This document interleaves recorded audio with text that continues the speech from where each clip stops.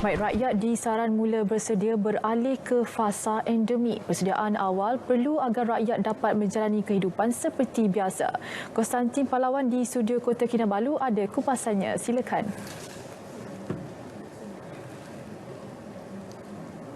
Ya, benar Farha, rakyat perlu bersedia dan menerima konsep hidup bersama virus COVID-19 bila ia menjadi endemik meskipun negara berjaya mengawal penularan jangkitan pada masa akan datang.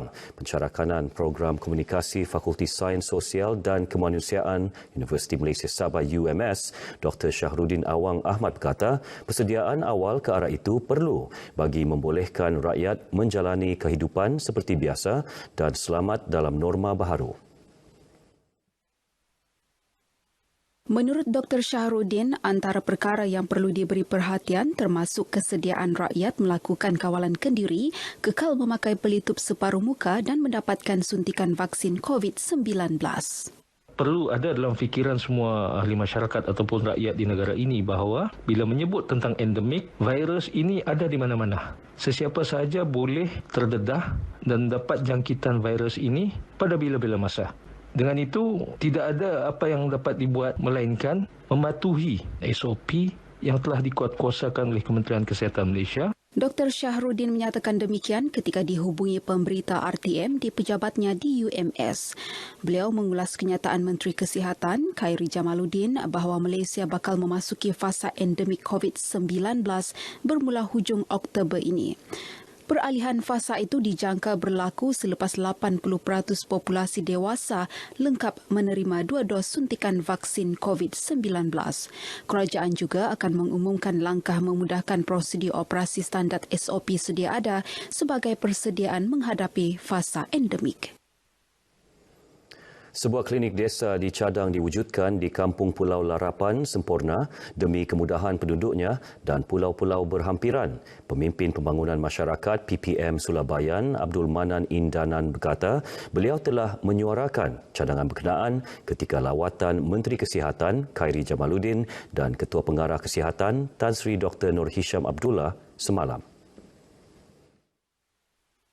Ketika ini, kekangan yang dihadapi penduduk pulau berkenaan ialah mendapatkan rawatan kesihatan di Pekan Sempurna mahupun klinik kesihatan di Pulau Bumbum, khususnya apabila air laut surut. Pulau Larapan mempunyai lebih 2,400 penduduk dan kemudahan fasiliti kesihatan itu sangat diperlukan. Kertas cadangan pembinaan klinik desa ini bakal dikemukakan kepada pihak berkenaan. Perlu dibuat di Kampung Larapan ini sebab Kampung Larapan ini jauh daripada Pekan dan jauh daripada klinik desa yang paling dekat pun klinik desa Kampung Bait. Jadi keperluan itu sangat penting untuk diadakan di sini. Jadi tidak perlu lagi datang ke Pekan sekiranya air surut.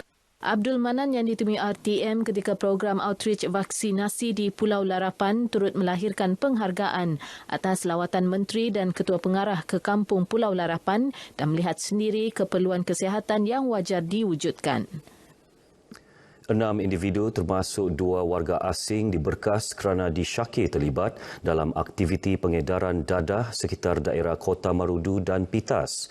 Mereka berusia antara 24 hingga 53 tahun ditahan ketika operasi Bahagian Siasatan Jenayah Narkotik Ibu Pejabat Polis Daerah IPD Kota Marudu pada 1 hingga 6 September lalu. Menurut kenyataan Ketua Polis Daerah Kota Marudu, Superintendent Zairul Nizal Ishak, 3 daripada mereka yang ditangkap positif dadah jenis syabu selain turut mempunyai rekod jenayah lampau. Serbuan pertama dilakukan di sebuah kedai mencuci kereta. 3 lelaki ditangkap dan siasatan lanjut menemukan dadah jenis syabu seberat 12.75 gram disembunyikan dalam beg dan almari. Manakala dalam satu lagi serbuan di simpang Jalan Langkon Pitas, penangkapan 3 lelaki dan seorang wanita membawa kepada penemuan 5 paket plastik berisi syabu seberat 31.3 gram. Kesemua suspek direman hingga 13 September ini dan kes disiasat di bawah Seksyen 39A-1, Seksyen 39A-2 dan Seksyen 15-1A Akta Dadah Berbahaya 1952.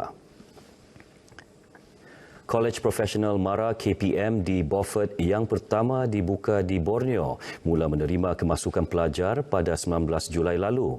Cawangan ke-7 KPM ini menekankan kursus berkaitan keperluan tenaga kerja di Sabah seperti perhotelan, pelancongan dan ekonomi. Pengerusi MARA Datuk Azizah Muhammad Dun berkata pelajar kumpulan pertama berkenaan mengikuti program intensif bahasa Inggeris selama 8 minggu. Beliau percaya KPM mampu menjadi medium untuk belia Sabah mengasah kemahiran dan potensi dalam kerjaya pilihan. Kewujudan KPM ini adalah bagi saya satu yang penting untuk masyarakat kita kerana dia adalah merupakan kolej profesional. Kolej profesional ini dia akan mendidik dan mendedahkan orang Sabah, khususnya anak-anak muda kita kepada pendidikan yang profesional. Datuk Azizah yang juga ahli Parlimen Beaufort ditemui pemberita ketika lawatan ringkas ke KPM Beaufort.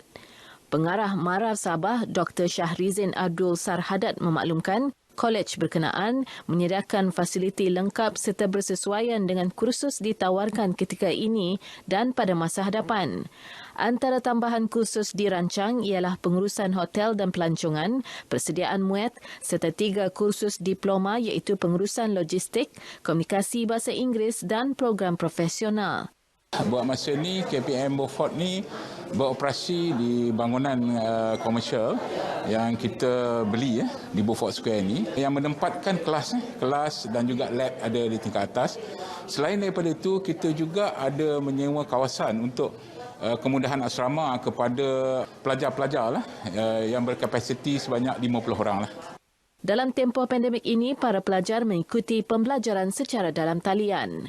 Sementara itu, Datuk Azizah turut berkesempatan menyampaikan sumbangan 50 bakul makanan kepada Pusat Kawalan Operasi Bencana PKOB Beaufort untuk disampaikan kepada penduduk positif COVID-19 dan yang dikuarantin selain melawat rumah teratak kasih Puan Siti Fatimah Budiman di Kampung Takuli.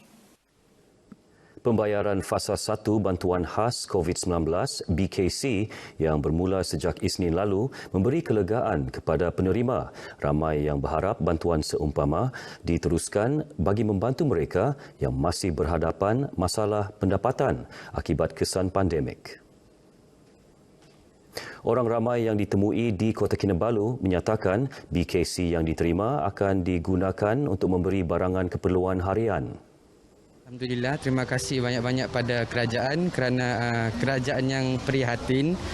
Sedikit sebanyak dengan bantuan yang ada ini dapatlah meringankan beban rakyat yang kita tanggung sekarang ni. Harapan pasti agar diteruskanlah bantuan ini untuk golongan-golongan macam masih ini dengan orang-orang rakyat-rakyat yang beginilah.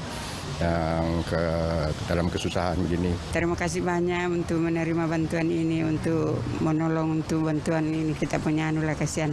Saya terima kasihlah habis saya ini ada laki kan. Terima kasihlah dengan kerjaan ini bantu kami. Tapi kita tak perlu juga minta bantuan ya. Kita kena usaha sendirilah untuk mencari-cari bantuan sikit-sikit. Kita jangan terlampau harap bantuan. Kita kena usaha sendirilah. Kita pandai-pandai jimatlah untuk kita punya belanja harian.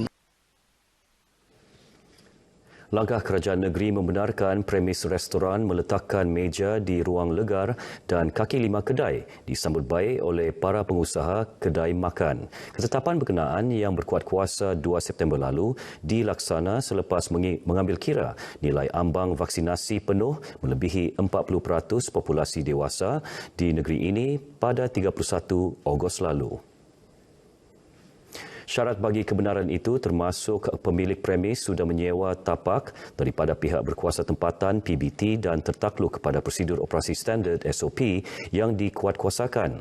Pengusaha restoran yang ditemui RTM di Sanakan memaklumkan kebenaran tersebut dapat mengelak kesesakan di dalam kedai sekaligus memastikan susun atur meja yang lebih efektif. Memudahkanlah orang ramai masuk makan di tempat kami lah. Sebab kadang-kadang orang masuk dah cukup tempat duduk.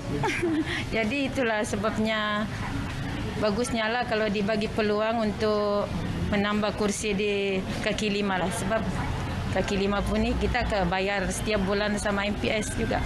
SOP kena jagalah. Kelonggaran ni kan letakkan meja di kaki lima adalah satu yang sangat baiklah kan. Memandangkan mengikut SOP di dalam sebuah kedai diletakkan meja mengikut jarak yang ditetapkan oleh kerajaan. Jadi dengan adanya kaki lima boleh menambahkan ruang perniagaan, mengelakkan kesesakan di dalam premis. SOP untuk pengunjung bagusnya itu satu meja 2 orang share. Sebelum masuk kedai yang perlu dibuat tuh cek suhu, scan sejahtera. Kalau tiada pakai tulis nama, nomor telepon, pakai sanitizer, jangan lupa. Paparan tadi mengakhiri perkongsian dari Sabah bersama saya, Konstantin Pahlawan. 8 hari lagi kita akan menyambut Hari Malaysia. Tunjukkan rasa cinta kepada negara, kibarkan jalur gemilang. #Malaysia Prihatin, #Demi Negara, #Menang Bersama. Kembali bersama Farhah di Angkasa Puri, silakan.